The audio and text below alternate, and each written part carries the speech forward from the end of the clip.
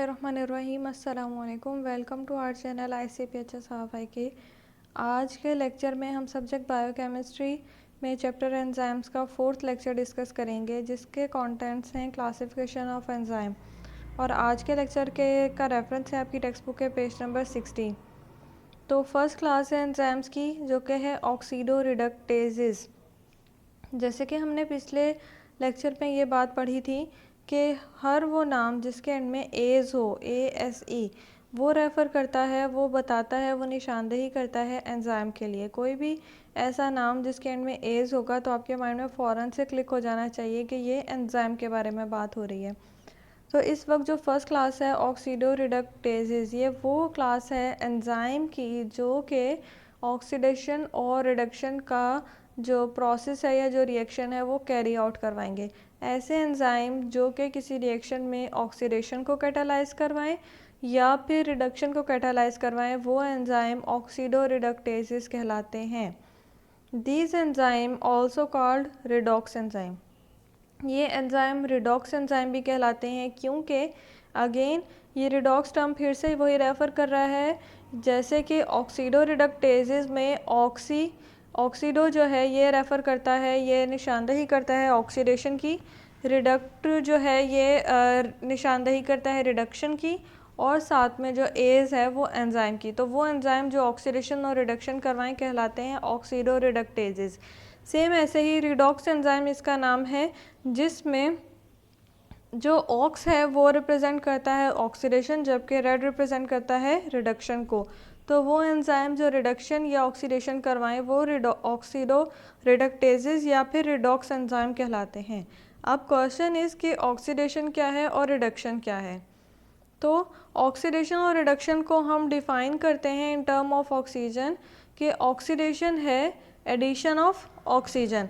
जब हम ऑक्सीजन के को कंसिडर करते हुए हम डिफ़ाइन करेंगे तो हम कहेंगे ऑक्सीडेशन क्या है, एडिशन ऑफ ऑक्सीजन, ऑक्सीजन का ऐड होना।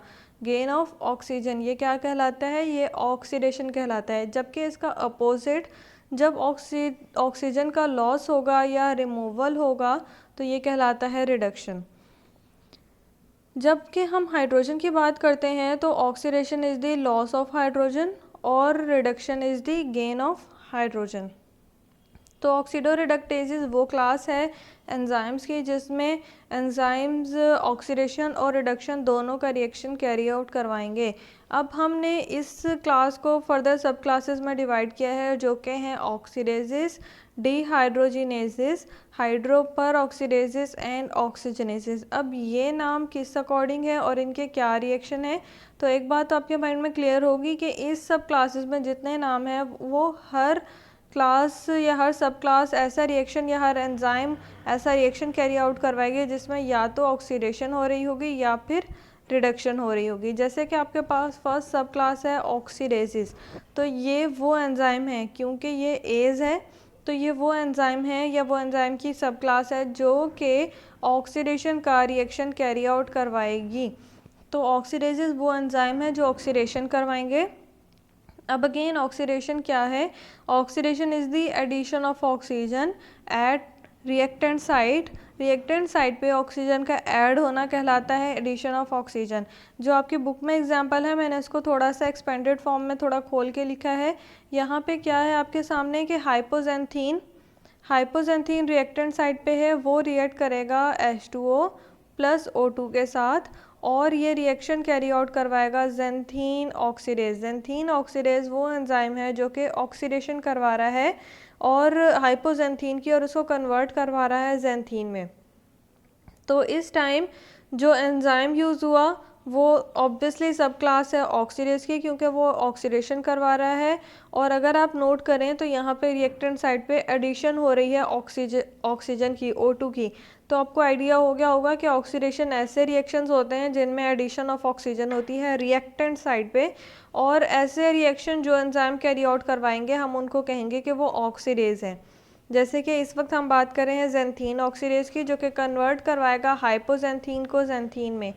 फर्दर यही जेंथीन, मैंने इन दोनों रिएक्शन को अलग करके लिखा है, लेकिन यही जेंथीन जो कि ज़ैंथीन और H2O2 बना था। ये H2O2 जो है ये एज अ बाय प्रोडक्ट है। इसके बाद यही ज़ैंथीन इसमें O2 ऐड होगा। दोबारा से अगर आप देखें सेकेंड रिएक्शन में xanthine plus H2O plus O2, xanthine में दोबारा एडिशन ऑफ ऑक्सीजन हुई, यानी कि अगेन ऑक्सीडेशन हो रही है यहाँ पे। तो ये ऑक्सीडेशन होने के बाद आपका प्रोडक्ट बनेगा यूरिक एसिड प्लस H2O2। तो अब इस रिएक्शन में आपको क्या पता चला, हाइपोजेंथीन है जो कि कन्वर्ट होगा ज़ैंथीन में, ज़ैंथीन कन्वर्ट होगा यूरिक एसिड में। और इस पूरे रिएक्शन में रिएक्टेंट साइड पे जो भी रिएक्टेंट साइड होगी, जैसे पहले स्टेप में हाइपोजेंथीन रिएक्टेंट साइड है, दूसरे स्टेप में ज़ैंथीन रिएक्टेंट साइड है, तो रिएक्टेंट साइड पे H2O प्लस O2 ऐड होगा और प्रोडक्ट में H2O2 बनेगा। फिर दोबारा जब ज़ैंथीन रिएक्टेंट साइड पे आएगा तो H2O प्लस O2 ऐड होगा और फिर प्रोडक्ट में H2O2 बनेगा।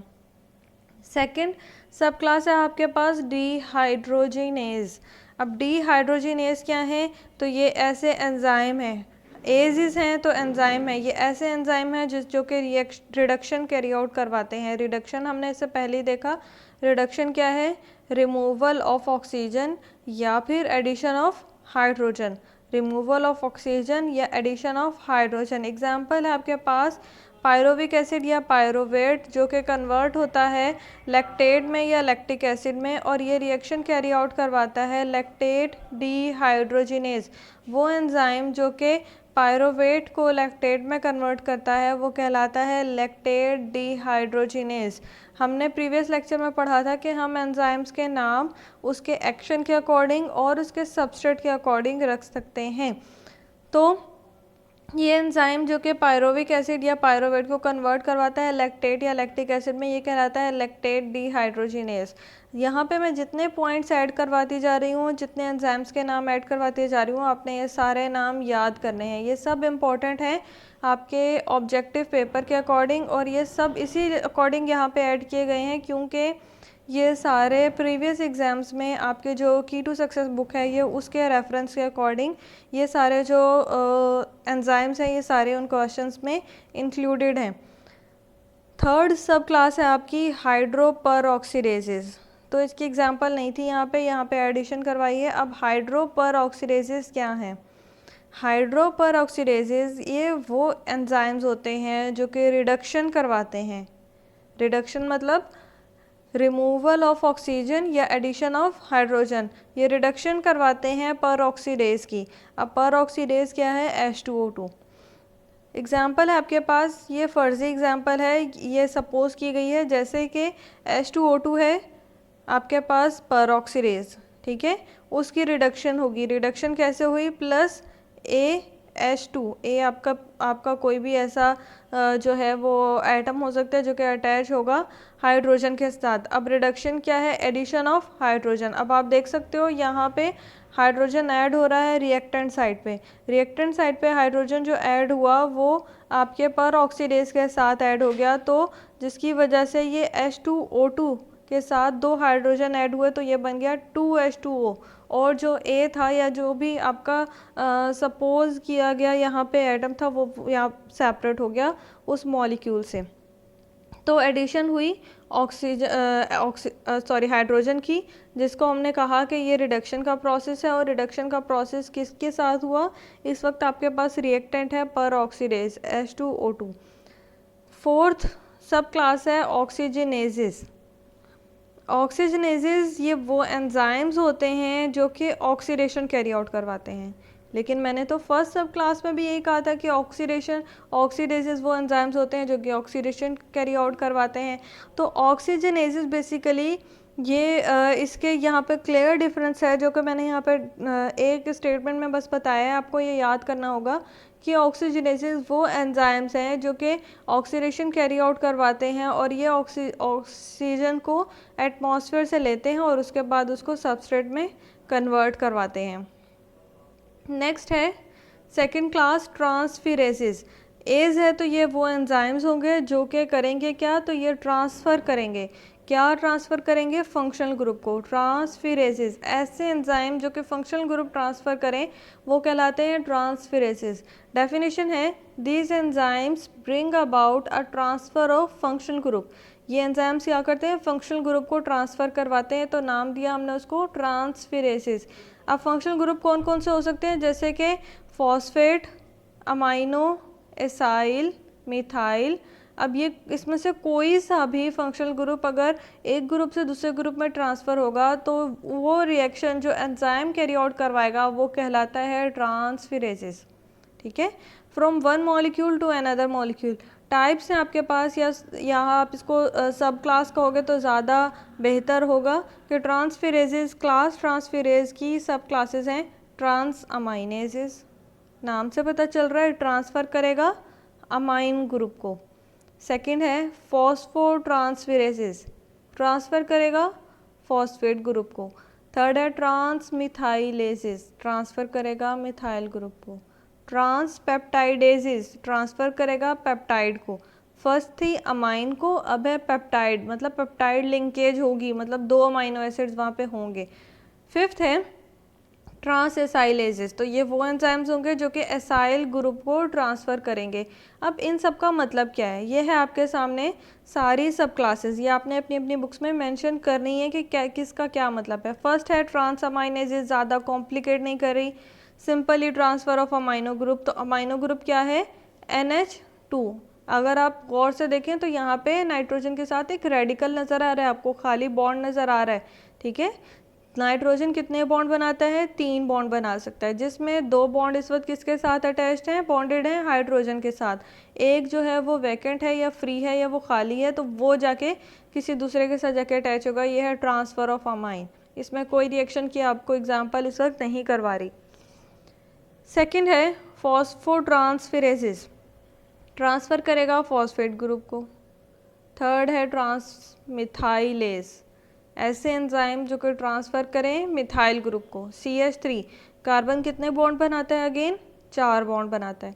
3 बॉन्ड इस वक्त हाइड्रोजन के साथ, एक एक हाइड्रोजन के साथ अटैच है, 3 हाइड्रोजन एक कार्बन के साथ, ये है आपका मिथाइल। मिथाइल ग्रुप का ट्रांसफ़र करवाना ट्रांसमिथाइलेज एंजाइम का काम होगा।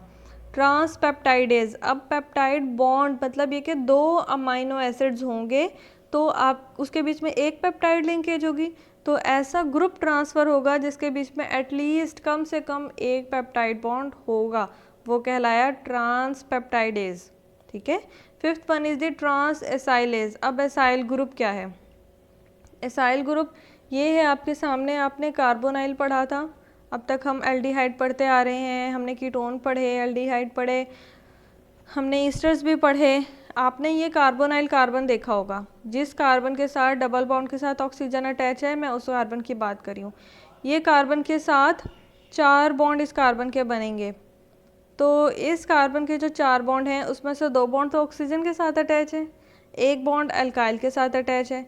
इतना पोर्शन, चौथा बॉन्ड अभी रह गया है जो कि अटैच होगा, इतना पोर्शन जो है ये एसाइल ग्रुप कहलाता है। ये एसाइल ग्रुप आपके अल्काइल में भी है जिसमें सिर्फ एक अल्काइल है, ये आपके कीटोन में भी है जिसमें एक अल्काइल होता है कार्बोनाइल के साथ।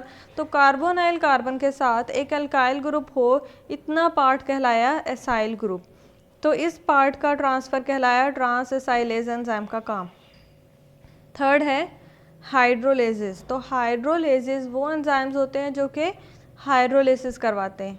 हाइड्रोलिसिस क्या है, अब के ब्रेकडाउन होगी लार्ज या कॉम्प्लेक्स मॉलिक्यूल की इनटू स्मॉल या सिंपलर मॉलिक्यूल में, बड़े मॉलिक्यूल का टूटना छोटे मॉलिक्यूल में, लेकिन होगा ये due to addition of water molecule. जैसे हम पढ़ते थे कार्बोहाइड्रेट्स में पॉलीसेकेराइड टूट गए डाइसेकेराइड में, वो कैसे टूटे कि उसमें पॉली क्या है अब लार्ज है या कॉम्प्लेक्स है, वो टूट जाएगा डाई में, डाई क्या है सिंपलर है, या डाई टूट जाएगा मोनो में, अब कॉम्प्लेक्स टूट गया सिंपल में। अब ये टूटा था कैसे, ये एडिशन ऑफ वाटर मॉलिक्यूल की वजह से टूटा था। ठीक है, ये कहलाया हाइड्रोलिसिस। तो हाइड्रोलेसिस वो एंजाइम्स हैं जो कि कैटालाइज करवाते हैं हाइड्रोलिसिस को। हाइड्रोलिसिस क्या है, added water is instant decomposed and functional group of substrate transfer to water.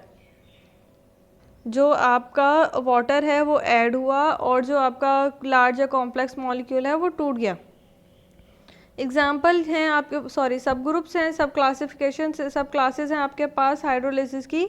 Proteases, अगर तो कोई एंजाइम हाइड्रोलाइज करवाएगा लार्ज या कॉम्प्लेक्स प्रोटीन्स को या पेप्टाइड लिंकेज को तो वो कहलाया प्रोटीएज। अगर कोई एंजाइम लार्ज कॉम्प्लेक्स कार्बोहाइड्रेट को हाइड्रोलाइज करवाएगा तो कहलाया कार्बोहाइड्रेजेस। अगर कोई एंजाइम लार्ज या कॉम्प्लेक्स लिपिड्स को हाइड्रोलाइज करवाएगा तो कहलाएगा lipid hydrolysing enzyme. Fourth one is the deaminase. अगर कोई भी ऐसा एंजाइम जो कि डी कहते हैं हम, डीई कहते हैं हम रिमूवल को, ठीक है, रिमूव करवाएगा अमाइन, यहाँ पे है अमाइनेसिस। अगर कोई भी एंजाइम रिमूव करवाएगा अमाइन ग्रुप को तो कहलाया डीएमाइनेसिस। अगर कोई एंजाइम अमाइड ग्रुप को, डी अमाइडेसिस, अगर कोई एंजाइम अमाइड ग्रुप को रिमूव करवाएगा तो कहलाएगा डी अमाइडेसिस। याद रखिएगा दोनों अलग अलग टर्म है, अमाइनेसिस और अमाइडेसिस। अब फर्क क्या है? फर्स्ट है प्रोटीएसिस।